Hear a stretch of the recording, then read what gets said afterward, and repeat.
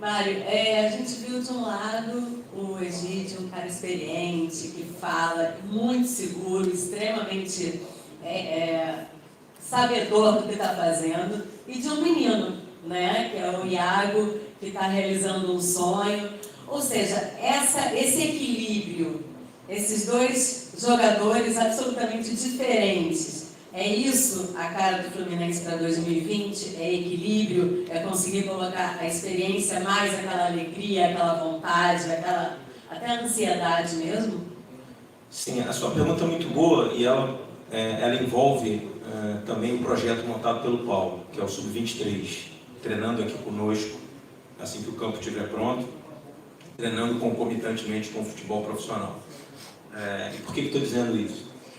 Ano passado, um dos nossos grandes problemas, e aí foi muito importante o que o Egídio falou, para se acabar com esse mito da questão da idade do jogador.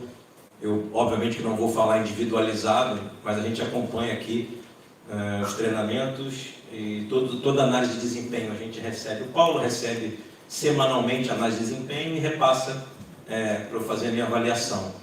E a gente tem resultados aqui, às vezes, surpreendentes. De jogadores com mais de 30 anos tendo desempenho físico melhor do que jogadores de 25. Por questões de complexão física, de genética, enfim. É óbvio que a quantidade de jogadores longevos ela é menor. Por uma questão básica de que a tendência, quanto mais velho, você vai perdendo força, enfim. Mas existem, especialmente com o avanço da tecnologia e dos cuidados que se toma com a análise de fibra de jogador, quando a gente discutia a contratação de algum desses jogadores, o Odair mesmo, por vezes eu e o Paulo mostramos preocupação com algumas questões de idade, e o treinador, que tem um assistente muito capacitado também em análise de desempenho, que é o Maurício Dulac, dizia para nós assim: presidente, pode ir tranquilo, porque esse é um jogador de fibra rápida, esse jogador pode jogar até 34, 35 anos em alta performance. Então tudo isso é avaliado. Estou dizendo isso porque eu li muita coisa. O futebol ele tem uma característica diferente de todas as outras profissões, né? O futebol é a única profissão do mundo que todo mundo que nunca foi do futebol acha que entende. E se acha no direito de falar sobre futebol. Né? Ninguém fala tecnicamente sobre engenharia, sobre medicina, mas quer falar sobre futebol. O povo em geral, futebol é do povo. Né? E a gente fica lendo, só que a gente sabe o que a gente está construindo aqui dentro. Um dos grandes problemas nossos do ano passado era a média de idade muito baixa. Acreditem vocês ou não. Os elencos vencedores normalmente têm uma média entre 27 e 28 anos, média, somado todo o elenco, 30 jogadores. A nossa média era de 23, né, Paulo, ano passado. Era uma média muito baixa, o que fez com que em jogos, às vezes, que a gente precisava de uma maior maturidade, a gente acabou sendo derrotado ou sofrendo um revés. Foi, por exemplo, o caso do Atlético Mineiro no final do Campeonato Brasileiro, um jogo que a gente dominou e acabou tomando um gol aos 44 minutos do segundo tempo, nitidamente por uma jovialidade muito grande do nosso time. Então, assim, a nossa média hoje está em 27,8, com essa mescla de jogadores todos. E com o Sub-23 integrado, enfim, eu olhava para o nosso vestiário, porque a gente tem que entender que vamos disputar 4 competições, né? Então nós já estreamos uma competição que foi no final de semana, com algumas baixas em razão do curto período de tempo. A gente olhava para o nosso time dentro do vestiário, tinha um monte de menino no domingo, né? Mesclados com jogadores como Matheus Ferraz, enfim, como o próprio Hudson, Lucas Claro, né? Enfim, a gente tentou buscar e está tentando buscar um elenco muito equilibrado em questão de idade, que vai dar essa nossa média de 27, 28 anos, justamente porque vamos disputar 4 competições. Vocês podem olhar aí, vai ter uma fase agora em fevereiro, em que a gente vai jogar no Rio de Janeiro, no Maranhão e no Chile, num espaço de 9 dias. Se a gente não tiver um elenco minimamente capacitado, como a gente falou, para vencer as competições, com peças de reposição, enfim, a gente vai acabar tendo dificuldade. Então, essa mescla que a gente buscou mesmo, mas não acreditando, pelos dados que a gente tem, estatísticos e técnicos, que os jogadores que chegaram com mais idade, teoricamente, não vão ser titulares ou vão estar abaixo fisicamente dos meninos. Eu poderia te dizer que, até o momento, todos os que chegaram, e um que já estava aqui, que o próprio Egídio citou, que é o Nenê, apresentam um desempenho físico bastante satisfatório. Presidente, eu queria que você comentasse a chegada do Lopes, goleiro, né? se realmente está certo. E eu queria fazer uma pergunta para o Johnny também, se você me permitir. À vontade, pode fazer primeiro para ele, e acho que ele pode falar do Lopes também. Então, porque é o seguinte, foi falado muito do planejamento do futebol, o presidente fala sempre no seu nome, Johnny. Eu queria que você falasse como é que se desenhou esse projeto, quando que você começou a ver as principais peças que o elenco estava precisando, e o quão satisfeito você está com o elenco atual. Ainda vai buscar mais alguma peça de reposição no mercado?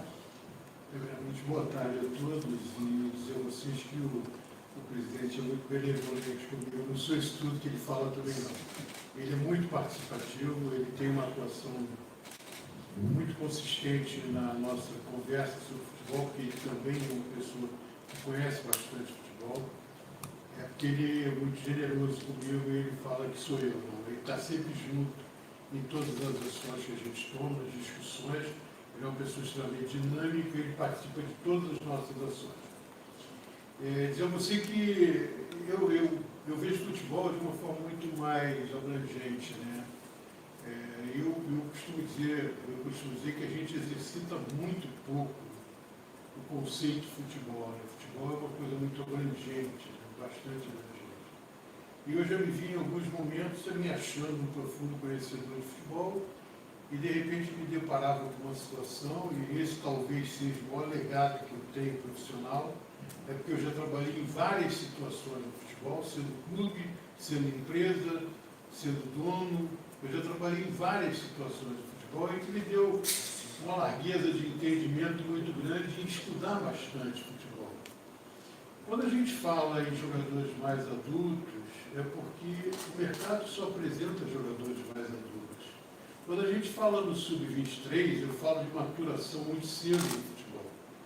Se vocês forem analisar o mercado nacional do futebol, é muito raro você encontrar um jogador de 23 a 30 anos no mercado que você possa contratar. É muito pouco provável, não tem. Essa discussão é que é bonita para o futebol, que é o futebol do amanhã. Eu sou longevo porque eu sempre olhei o futebol para frente. Eu nunca olhei para ontem, nem para hoje. Eu sempre olhei para 15 anos, 20 anos. Então, se você for olhar o mercado aí de jogadores dessa faixa de idade, você encontra muito pouco jogador para contratar que não seja o que todo mundo comumente fala, aposta. E aposta não satisfaz o torcedor. Aposta não satisfaz. E nós conseguimos entender, o presidente com a sua largueza de inteligência também entendeu muito bem isso, e a gente construiu o Sub-23. Então, todos os passos que nós demos foram, primeiro, uma opção que a gente entendeu que seria o ideal, é a mescla. Entendemos que a gente tem que ter maturidade maior no nosso grupo, porque a gente sofreu, ano passado, muitos reveses por causa da imaturidade ocasional do jogo. Hoje a gente conseguiu fazer isso. E o Sub-23 é para sustentar uma maturação. Vocês vejam o seguinte, a base do Fluminense começa a entender que tem que trabalhar com o jogador nascido em 2001. Nós temos os jogadores com um contrato que nasceram em 99 e outros com um contrato em 2000 que não atende o desejo deles trabalharem com 2001. Nesse grupamento a gente tem só 22 jogadores. Você imagina o que é interromper sonhos de jogadores que estão aqui há tantos anos e buscando um espaço, na hora H o espaço não tem, ele está emprestado pelo Brasil. Mas a gente entendeu que a gente tem que maturar mais tempo. E graças ao bom Deus, o Odair, que trabalha numa dinâmica diferenciada, ele gosta de trabalhar com 30 jogadores, nos deu a condição da gente entender que a gente tinha vários jogadores aqui, com grande futuro, que estariam, se não tivesse o Sub-23, sendo emprestado. E ele agora deu essa demonstração de alguns jogadores que estão treinando com ele e que estão demonstrando grande capacidade. Nesse jogo, se não me falha a memória, a gente tinha 5 ou 6 jogadores na relação. São desse grupo Sub-23. Então, é um serviço que o Fluminense começa a prestar para ele, o Fluminense, e para o externo, com certeza. Tem outros clubes que fazem isso. O Fluminense não é o pioneiro. Mas é muito necessário que se veja o futebol para frente dessa forma. Você só vai ter pessoas no mercado se você maturar com mais tempo. E você perguntou, realmente foi muito pensado, essas escolhas foram muito pensadas, não tenho dúvida não, que a gente pensou. Mas não foi eu só não. O presidente participou diretamente disso. E o Lopes? O goleiro. O Lopes é uma indicação que a gente procurou buscar informações, vimos que é uma outra característica. Normalmente se vê lances, né, que se vê jogo. O pessoal da análise de empenho, até imbuídos aí pelo Maurício, que é um dos maiores craques que tem na matéria no Brasil. E graças a Deus a gente agregou no nosso grupo aqui um profissional, que é o Gabriel Oliveira, que também vai no mesmo caminho do Maurício. Já é uma pessoa muito referendada no mercado. E a gente fez jogo. E eles viram alguns jogos do João e entenderam que o João seria o jogador ideal para que a gente pudesse contratar. Ele vem numa condição de terceiro goleiro, mas não será o terceiro, ele vai depender muito dele, da performance dele aqui, para alcançar outros objetivos. Um contrato de 2 anos, o Fluminense fica com 70% dos direitos econômicos do jogador e 30% do direito do jogador. Presidente. Um contrato de 2 anos, eu falei. Né? Falou. Presidente, inevitável eu desperdiçar essa oportunidade para também não lhe perguntar sobre o Fred. É evidente que depois da conversa que nós tivemos após o jogo contra a equipe da Cabo Friense, a torcida do Fluminense ficou ainda mais feliz, ficou mais esperançosa e ficou confiante pelas suas palavras. Não houve ainda um acordo. E está muito distante, isso aí eu vou acrescentar. Não houve nenhum avanço, nenhum tipo de possibilidade em relação ao Fred de chegar a um acordo com o Cruzeiro. E depois do senhor ter ouvido o Egídio falar intimamente o desejo do Fred de voltar ao clube que ele ama, estou usando as aspas, do Egídio, isso lhe dá cada vez mais a confiança de que o único projeto que o Fred vai analisar é o projeto Fluminense? Vamos lá, Sérgio. O que o Fred diz ao Egídio, ou disse ao Egídio, eu já sei também há bastante tempo. O Fred, em 2015, fui eu que trabalhei na renovação do contrato dele aqui, eu era vice-presidente de futebol. O Fred, em 2015, recusou uma proposta da China, e eu tive a oportunidade de vê-la nos Estados Unidos, inclusive, porque ela chegou quando nós estávamos no Florida Cup. Ele recusou uma proposta da China grandiosa. Eu não te diria que era o dobro da que ele fechou com o Fluminense, mas talvez uns 20% ou 30% a mais. Né? Enfim, que ele tem um carinho, um amor enorme pela instituição, eu não tenho a menor dúvida de que nossa torcida sabe, de que todas as pessoas do futebol sabem. O que eu disse foi até mal interpretado aí por alguns colegas de vocês no final de semana, ou mal interpretado, ou a gravação da entrevista não foi inteira. Eu disse que nós não vamos deixar de ter os pés no chão. E a vinda do Fred não vai tirar os nossos pés no chão caso ele venha para o Fluminense. Ok? E por que isso? Porque eu não trabalho com teto salarial do jogador, eu trabalho com teto de folha. Eu sempre disse isso, e vou repetir. Então, primeiro que o presidente de clube ou o profissional de futebol que diz a vocês que trabalha com teto de folha, especificamente de teto de salário do jogador, ele está ignorando certas variáveis e certos vetores que um atleta profissional de futebol tem. Você pode gastar X milhões de reais numa folha por mês, ter vários jogadores ganhando um salário baixo, e ter um astro, por exemplo, que é o caso de grandes equipes da Europa, por exemplo, fazem. Né? O que eu digo a todo mundo o Fred só retornará ao Fluminense, primeiro, se for um desejo dele e se ele entender que esse é um Fluminense diferente daquele momento de 2015. É um Fluminense de reconstrução, é um Fluminense que vai precisar muito da ajuda dele, ou seja, da compreensão dele, porque vários jogadores que aqui chegaram, só para vocês saberem, vieram com essa compreensão. Eu acabei de dizer isso na coletiva aqui. Muitos jogadores vieram para cá e estão ganhando menos do que ganhavam nos seus clubes, né? Até porque o mercado do futebol brasileiro tem que começar a ser repensado e revisto, porque a gente se assusta, né, Paulo? Eu não vou citar o nome de um jogador, mas a gente estava negociando com um dos jogadores agora no início. A gente já estava propondo um salário 20% maior do que ele ganhava no seu último clube, e nós temos informações que ele foi ganhar o dobro do que a gente ofereceu aqui. Então, assim, o descontrole é muito grande, e depois a conta não fecha. Então, assim, eu disse isso e vou repetir. Teve um colega de vocês que falou, a vinda do Fred e pés no chão não combinam. Combinam sim, porque nós projetamos, vocês vão ver quando a gente divulgar o nosso orçamento, nós projetamos um gasto com o futebol profissional em 2020. Nós não vamos sair do nosso tamanho, daquilo que a gente fez de previsão. O resto toda é especulação. Eu sei o sonho do torcedor, eu sei o nosso sonho aqui também, porque acho que o Egídio foi muito claro, são profissionais do clube que querem o retorno do jogador, assim, é um jogador muito querido aqui, não só como atleta, mas como pessoa.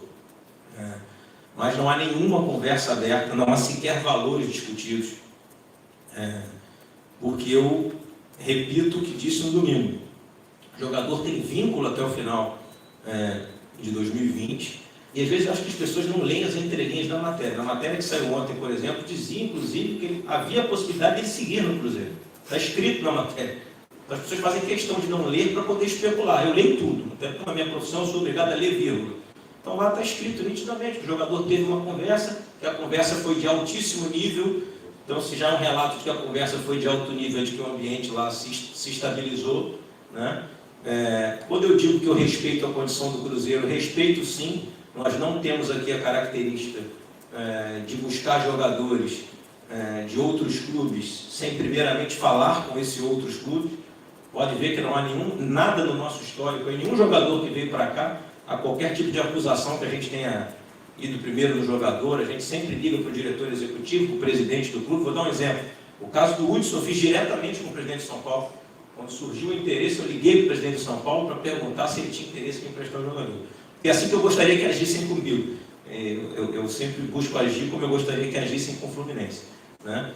Então, assim, repito, ele resolvendo a situação dele lá, a gente vai fazer de tudo dentro das nossas possibilidades para repatriar o nosso jogador. Com relação às declarações dele, ao amor dele pelo Fluminense, isso é um fato público e notório. Negado a saída dele, deu uma coletiva quando saiu chorando por estar indo embora do Fluminense. É o clube que ele tem a maior história na carreira dele, e se ele entender o nosso momento e nos ajudar nessa reconstrução, porque eu vejo ele como um possível pilar de ajuda nessa reconstrução, ele será bem-vindo, e a gente obviamente vai construir alguma coisa para ele, inclusive, terminar a carreira dele aqui, receber todas as honrarias que ele merece. Ele sabe que ele merece, a gente tem uma relação próxima, mas que não se mistura com o fato de que o Fluminense está em primeiro lugar, porque eu sou presidente do clube e preciso primeiro olhar a situação do Fluminense. Presidente, boa tarde. Boa tarde. Eu queria fazer duas, bem rápido. Primeiro, eu gostaria de te dar os parabéns, até que na última, a gente fez uma certa cobrança de uma promessa. O senhor prometeu um Fluminense gigante, que o torcedor viria de novo o Fluminense como ele é. E a gente viu isso já nessa janela de contratações, até nas últimas, muitos jogadores se recusavam, nessa a gente viu ao contrário, então já queria te dar os parabéns e perguntar se tem algum segredo, se pode revelar alguma coisa, em tão pouco tempo poder mudar tanto como o senhor mudou o Fluminense. E a outra é em relação ao setor ofensivo. O senhor falou que ainda não conversou com o Fred, não tem conversa nenhuma com ele, e é um setor que a gente vê que a média de idade é muito baixa. Você falou da importância dessa mescla de ter jovens e também ter jogadores mais experientes. Se caso o Fred não conseguir a rescisão com o Cruzeiro, se já tem outro nome, se já tem tipo um plano B para o ataque. Vamos lá. Vou começar pela segunda. A gente, obviamente, olha o mercado o tempo inteiro, né? Tem uma equipe que trabalha avaliando isso. Nomes são oferecidos, né? Hoje, inclusive, ofereceram 2 nomes para a gente, também de centroavantes mais experientes, um deles de fora do Brasil. Eu não tenho o hábito de falar nome, justamente para não... Só para completar, se o Fred seria o plano A, se vai esperar... Não, sim, olha só, aí vamos lá, vou então usar um pouco da primeira pergunta que você fez. Uma instituição, ela se demonstra gigante pela sua história e por credibilidade. O que a gente tentou nesses 6 meses de 2019 e vai tentar em 2020 é manter ao máximo a nossa credibilidade. Os jogadores começaram. O jogador liga para o outro. É óbvio. Você ligaria para algum lugar se fosse trabalhar numa empresa nova para saber como é que é o ambiente, se cumpre lá o que se combina, enfim. O que a gente tentou em 2019 com extrema dificuldade, e por isso é que eu falei sobre a entrevista que eu dei lá em Macaxá, onde eu disse na entrevista, esse pedaço não foi ao ar, mas eu disse, nós teremos um ano de 2020 de extrema dificuldade ainda, e talvez 2021 também. Por quê? Porque as dívidas seguem lá. Assim, estou conversando aqui com vocês, meu WhatsApp já apitou aqui porque o ano começou. E aí tem cobranças, né, dívidas que as gestões anteriores não quitaram, os pedidos de penhora vão continuar, a gente vai ter bloqueio em receitas, vai continuar. Por isso até que a gente não pode pegar o valor da nossa folha do ano passado e dobrar ele. Se você olhar por faturamento, quando você olhar o orçamento do clube, você vê assim, o futebol, operacionalmente, ele dá resultado, ele dá lucro, porque a gente gasta menos do que o futebol fatura. Mas por que a gente gasta bem menos hoje do que ele fatura? Se você olhar para o que fatura e o que eu gasto, é bem menos. Porque eu preciso deixar esse espaço para pagar a dívida do passado.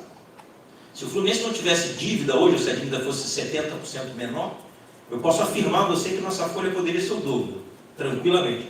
Nós teríamos um time ainda mais forte. Porque qual é a dificuldade que nós temos? Nós não temos capacidade de adquirir jogadores, especialmente à vista. Né? A gente, quando consegue comprar, compra parcelado em N vezes, enfim. E é assim que vai se reconstruir. Né? Eu acabei de ver uma entrevista hoje, acho que foi no Globo.com, com o presidente do Bahia, dizendo que o trabalho começou há 6 anos atrás. Né? E agora ele já consegue fazer um time bem mais forte. E ele quadruplicou as receitas do Bahia. Qual é o nosso objetivo? Nosso objetivo é ir saneando para ir aumentando as receitas, ter mais sócio futebol. Então, assim, esse gigantismo que a gente fala, é gigantismo nas atitudes, é gigantismo nas colocações, na maneira como o clube se posiciona.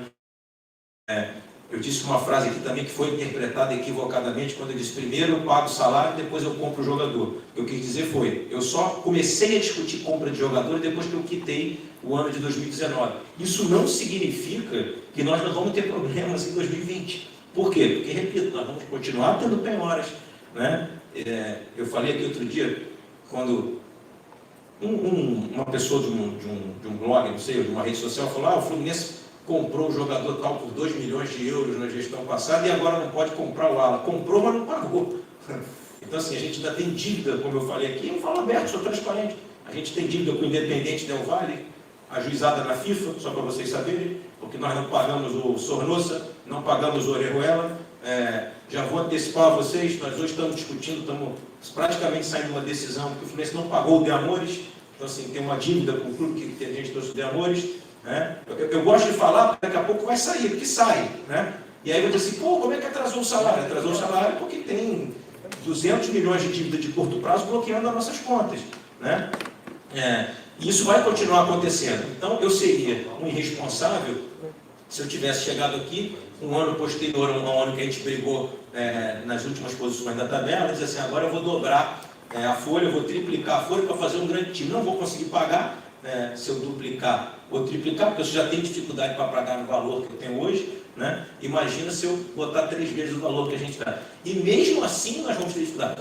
O grande binômio da questão do futebol, e aí eu preciso que vocês levem isso como um mantra, o futebol ele só tem uma situação que é diferente de qualquer outra empresa. Para eu aumentar a minha receita, eu preciso ganhar jogo. Então, assim, se eu pudesse reduzir a 10% do que eu gasto e mantivesse as minhas receitas, eu resolveria o problema do clube em 24 meses. Se eu tivesse a certeza de que o Fluminense vai manter o que ele recebe hoje, e durante 3 anos eu posso botar uma folha de um time de série mais inferior, e aí eu consigo quitar, mas, por exemplo, se a gente tivesse sido rebaixado, a gente teria perdido 80 milhões de receita. Então tem que haver um mínimo de investimento, que é o que a gente fez agora nisso no ano, o mínimo de investimento em jogadores, para que minimamente eu consiga manter o meu nível de receita. O que eu não posso fazer é extrapolar. É o que a gente está fazendo aqui. Esse é o segredo. O segredo é nós montamos uma excelente equipe financeira que avalia esse quadro de valores, de recebimentos, o tempo inteiro. A gente fez uma reunião aqui no final de semana, eu e o Paulo, tem coisas que as pessoas, os torcedores, os próprios jornalistas, né, Saíram vários jogadores daqui, né? No final do ano. Por final de contrato, nós não mandamos ninguém embora. Tem rescisão para pagar. Entende, não? Tem 13º proporcional, férias proporcionais, fundo de garantia. Tudo isso, o jogador, no imaginário do torcedor, o jogador vai embora, zerou. Não, não zerou não. E aí já tem rescisão lá de 17, de 18. Só para vocês saberem, até aproveitar para parabenizá-lo, foi aniversário dele essa semana. O Marco Júnior foi embora antes de eu ser presidente e tem a rescisão dele a pagar ainda. Nós estamos pagando parceladamente, porque ele é um cara que ama o clube e aceitou receber em 20 vezes. Falou, presidente, não vou entrar na justiça nunca, me paga do jeito que o Fluminense puder. Aí tem 10 caras que são assim, 20 não querem saber, querem receber amanhã. A gente não tem condição, tem que fazer a escolha de Sofia. Aí às vezes vocês vão ver assim, poxa, o jogador tal entrou na justiça. Entrou porque a gente tem uma condição de pagar nesse momento, e aí a gente tem que pagar o salário de quem está aqui, a rescisão de quem saiu. O que a gente tenta conversar com os jogadores, especialmente os que saíram daqui e já se recolocaram? Você está recolocado já em outro clube, já está recebendo salário de outro lugar. Poxa, aceita meu parcelamento, você fica recebendo de lá meu parcelamento. Mas tem jogador que não conseguiu se colocar e está precisando receber. Então assim, a gente está tudo projetado para pagar em 2020, tá? Está tudo dentro do fluxo.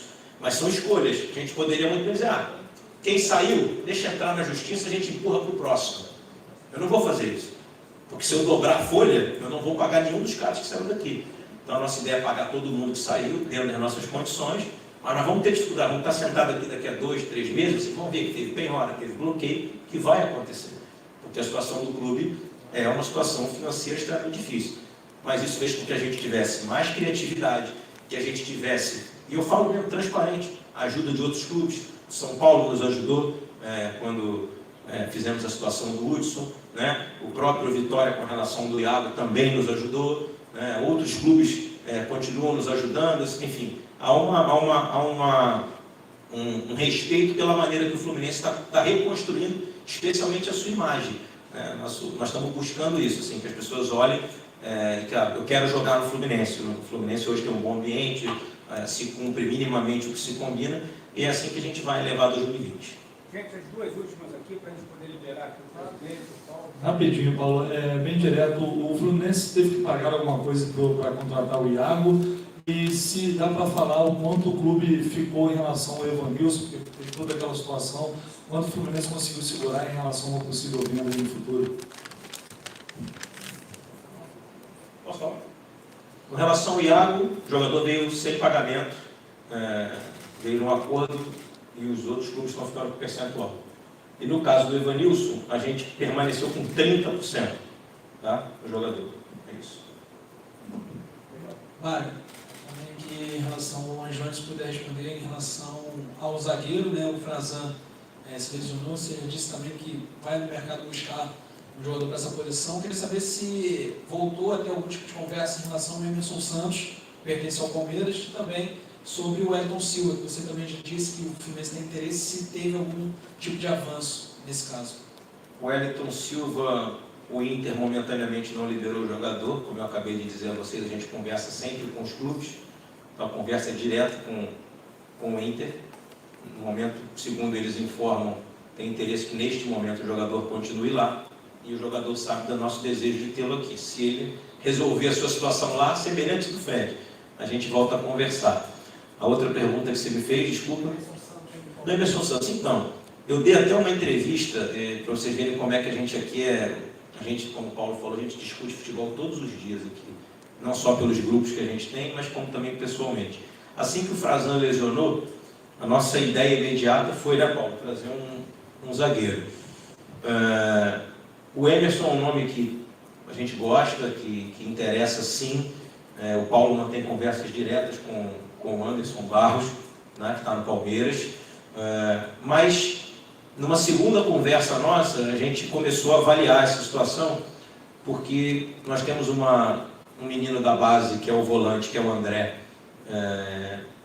quando voltar das férias da Copinha, vai ser integrado ao Sub-23 e possivelmente vai acabar sendo utilizado no profissional, porque é um jogador que já tem uma maturidade boa, e a gente sabe que o Yuri também joga de zagueiro.